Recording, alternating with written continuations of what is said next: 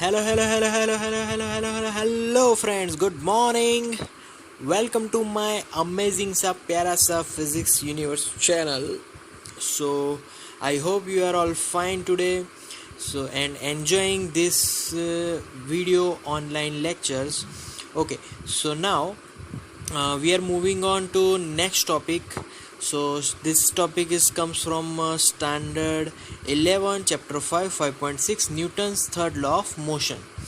तो आज हम बात करेंगे न्यूटन की थर्ड लॉ बारे में. Previously we had discuss about Newton's two laws 1 and 2. Now we are talking about third law. So this law is very beautiful, very gorgeous in its own way.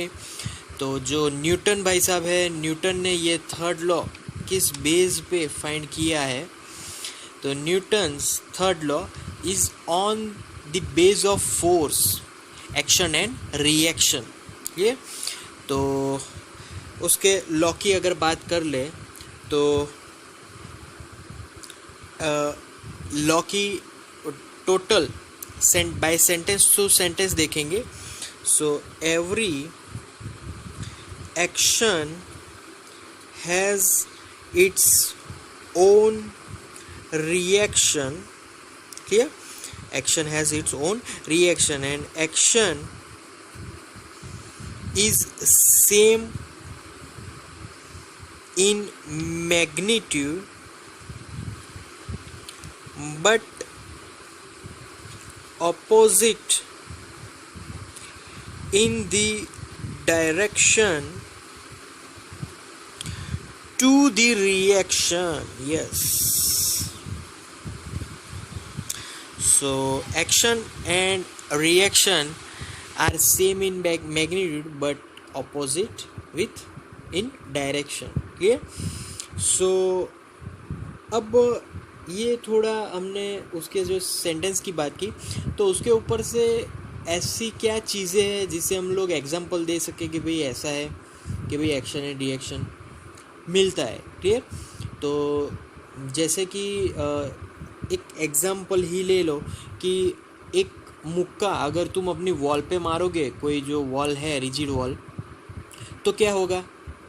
तुमने मुक्का मारा है, that is your action, but as a opposite reaction you injured on that hand. वो reaction हो गया किसका? Wall का तुम्हारे हाथ पे. क्लियर?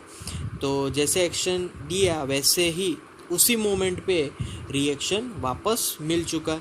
ये similarly if our earth rotates around sun, तो सन जो है वो अर्थ पे अपना ग्रेविटेशनल फोर्स अप्लाई कर रहा है, तभी तो अर्थ घूम रहा है. तो क्या होगा कि as a opposite reaction earth is also applying gravitational force to the sun. ऐसा सभी प्लैनेट्स में होता है, सभी स्टार्स में होता है, सब जगह पे होता है. क्लियर? दूसरा अगर कोई एक्शन रिएक्शन का एग्जांपल देना हो तो मैं दूसरा एग्जांपल अगर दूं तो bicycle. When we are pedalling, क्या होता है? जब हम लोग पैडल करते हैं ना तब वो एक्शन देते हैं, एज अ रिएक्शन उसके व्हील घूमते हैं, साइकिल आगे जाती है. क्लियर? ओके. दूसरा एग्जांपल देना हो तो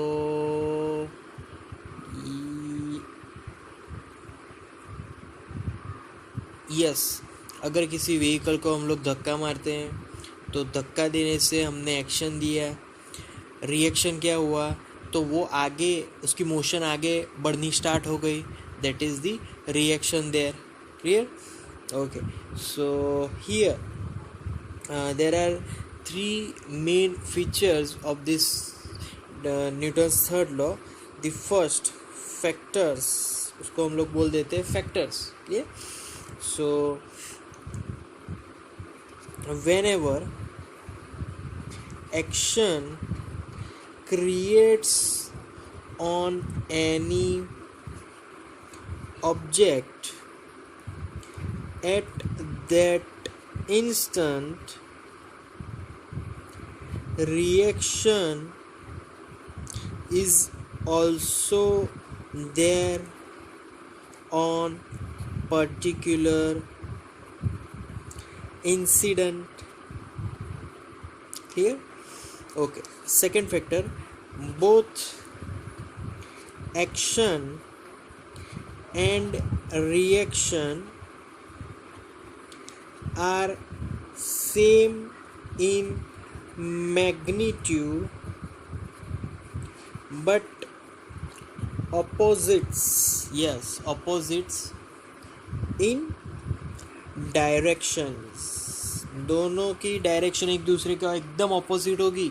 जैसे कि मैं वॉल और अपने हैंड, जो कि मुक्का मारना है ना, उसके एग्जांपल में जो आप मुक्का लगाते हो उसकी जो डायरेक्शन है इट इज़ एग्जैक्टली ऑपोजिट कि जो तुम इंजर्ड होते हो. इंजर्ड क्यों हुए? क्योंकि वॉल ने भी वही रिएक्शन तुम्हारे हाथों में दे दिया. Clear? Okay, so if a body gives force on body B, then we can write force as vector F. कहाँ पे? B पे. तो FBA is equal to, similarly अगर रिएक्शन तो अपोजिट है, ये हमने एक्शन दिया तो रिएक्शन अपोजिट है, that means minus sign is there, vector quantity FAB, क्योंकि A पर भी B फोर्स लगाएगा. यहाँ पर B पर A ने फोर्स लगाया तो उसके एग्जैक्ट ऑपोजिट डायरेक्शन में A पर भी B फोर्स लगाएगा. Clear? Okay, so this is the two factors. Now we are moving on the third factor of it, and that third factor is they are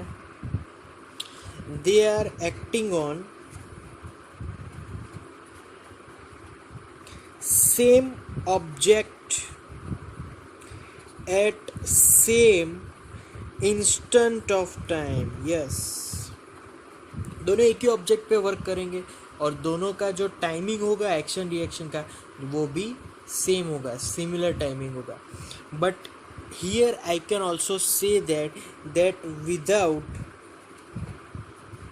action there will be no reaction at all. कभी भी action के बिना reaction नहीं होने वाला. They always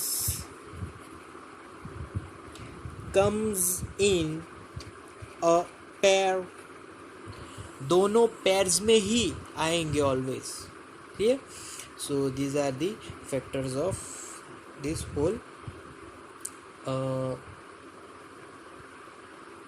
action and reaction. Clear?